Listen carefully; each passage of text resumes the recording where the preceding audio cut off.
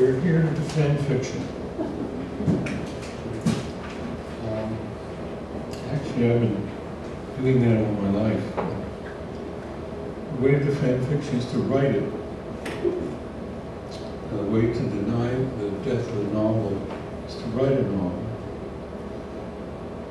or rather to write it well. When you write well, you justify the practice, and when you write badly, you don't. Of course, you may, not you who are here, but some may say the survival of a vigorous literary culture is the least of our concerns.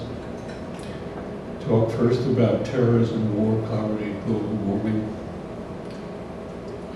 But in fact, the survival of fiction is no inconsequential matter. Fictional thinking has deep roots. Its sources in religious apprehension and its political ramifications make it very important to just those people who think of it as no more than an embellishment on the serious business of life, something equivalent to those after-school art and music classes that are the first things to be cut when the budget is discussed. Of course, we writers of fiction historically have had our strategies to contend with the suspect nature of what we do. You remember Cervantes' claim that he came across the Don's adventures written by an Arab historian on parchment, which Cervantes found in the marketplace in Toledo. He says, I bought all the parchments for $0.50, but if the merchant had any sense and had known how much I wanted them, he might have demanded and got more than $6 for the sale. And Defoe claimed not to have written Robinson Crusoe, you may remember that, but only to have edited it. And he said, the editor believes the thing to be a just history of fact. Neither is there any appearance of fiction in it, he says. So both of these authors established the authority of their work by denying that they had anything to do with it. But these examples show us that novelists have almost always been under the gun. And of course there are assaults now of our own time, film and television, social media, the internet, YouTube, Facebook, Twitter, digital technology, iPods, iPhones, Blackberries, toys of every imaginable kind. And they would seem to be bringing about a transformation of the culture, where the simple act of writing a story, writing it down, polishing it to shine would seem to be a great practice of the past. And the very possibility of an audience for the extended discourse of the novel, the capacity of people to accept the normality of engaging with a 300-page book may be disappearing.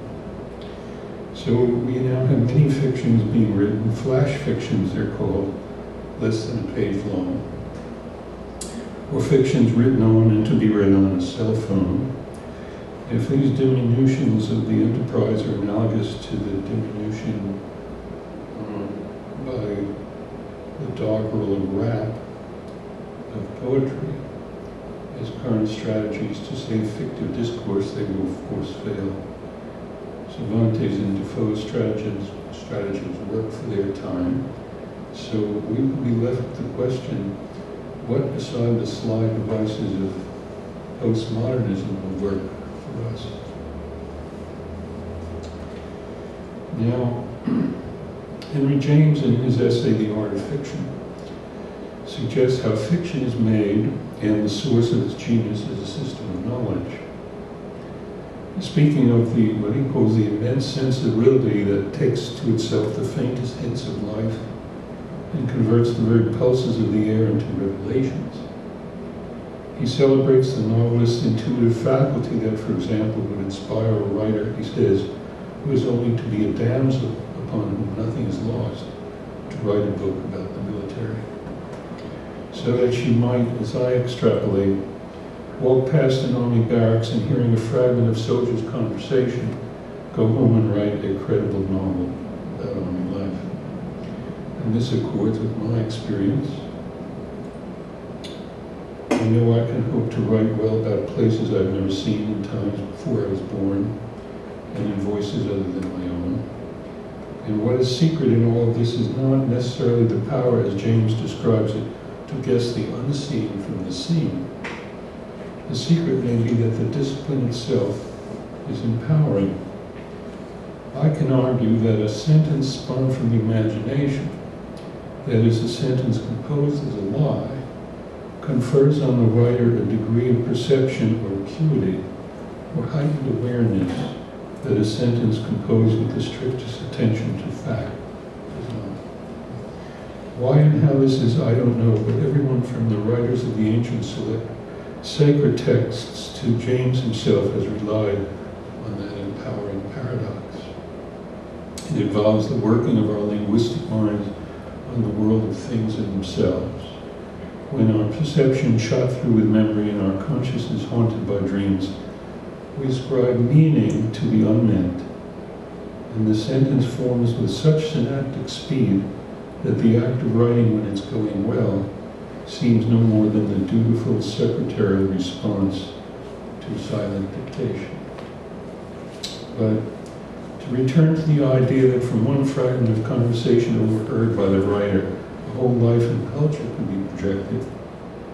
Let's say, of course, it can be something else than a conventional fragment, conversational fragment. It can be an image, a phrase of music, a felt injustice, any private excitement of the writer's mind so mysteriously evocative that it flowers into a novel.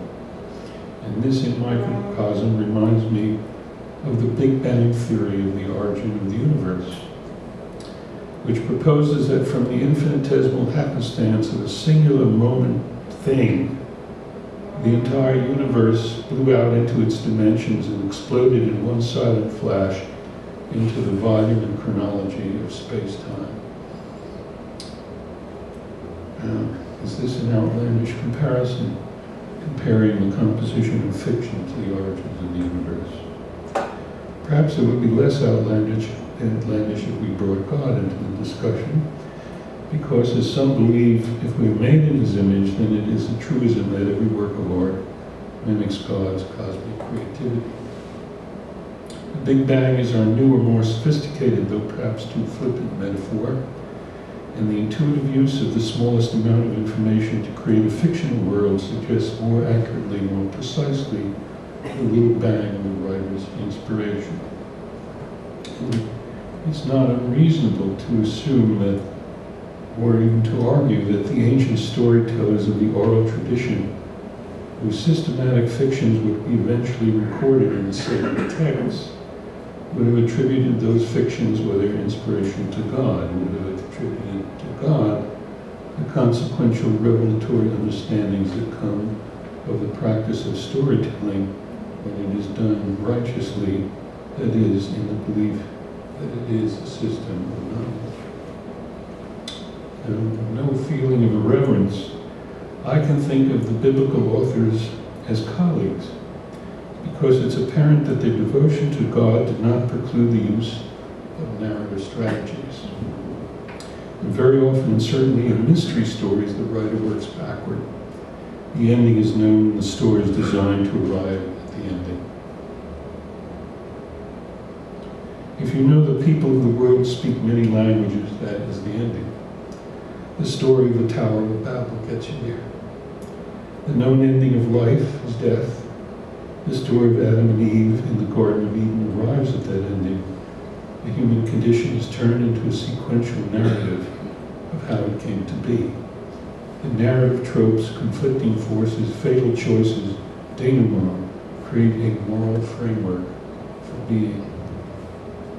Another venerable storytelling practice is the appropriation of an already existing story, otherwise known as adaptation. It is the principle of literary communalism that allows us to use other people's myths, legends, and histories in a way to serve ourselves. The writers of Genesis have retold the story of the flood from early Mesopotamian and Sumerian tales, including the vivid rendition in the epic of Gilgamesh. The plot may be the same, of course, but the meanings are different as befits adaptation. Noah is unprecedented as the last God-fearing man on earth, who may nevertheless drink a bit more than is good for him. And the God of Genesis is a presence beyond the conception of the Sumerian. You all with me here?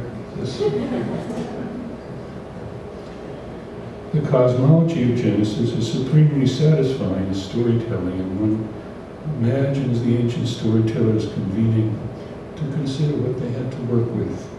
Day and night, earth and sky, land and sea, trees that bore fruit, plants that bore seed, wild animals, domesticated animals, birds, fish, and everything that crept. In their brilliant imaginations, inflamed by the fear and love of God, it seemed more than possible that these elements and forms of life, and this organization of animate and inanimate, would have been produced from a chaos of indeterminate dark matter by spiritual intent. And here was the story to get to the ending, and then it would have been a process of discretion, the separation of day from night, and air from water, and earth from sky, one thing from another, in an elegant 6-day sequence, culminating in God's supreme achievement of the writers themselves. Literary practitioners today are conservatives who cherish the ultimate structures of the human mind, who cultivate the universal disposition to think in stories, the very first means of knowing, the total discourse that antedates the special vocabularies of modern intelligence. But that means we stand outside the system of expertise that structures the intellectual life of our society. A novelist is a specialist in nothing, unendowed by discipline, and therefore able to travel back and forth freely across the borders that demarcate disciplines. As a novelist, I can employ the concepts of science, the poetics of theology. I can speak as an anthropologist, a philosopher, a pornographer. I can employ the materials of history. I can report as a journalist. I can resort to confession, autobiography, myths, legends, dreams, hallucinations, and the mutterings of poor man, people in the street. All of these have equal weight as far as I'm concerned.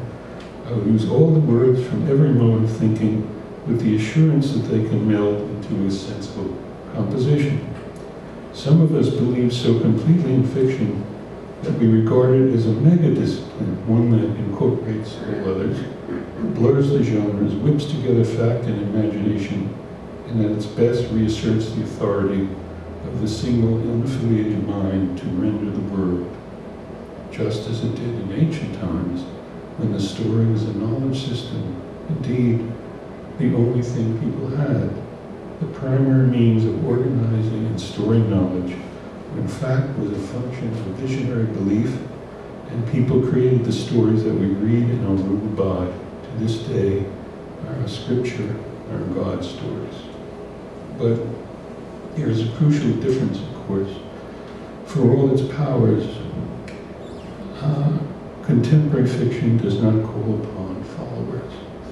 It is invariably bipolar, the doubt always imminent in the assertion. There is always a no inside the yes, and a yes inside the no. It pervades moral complexity, paradox, irony, pathos, human failure, and the failure, comic or tragic, of human institutions.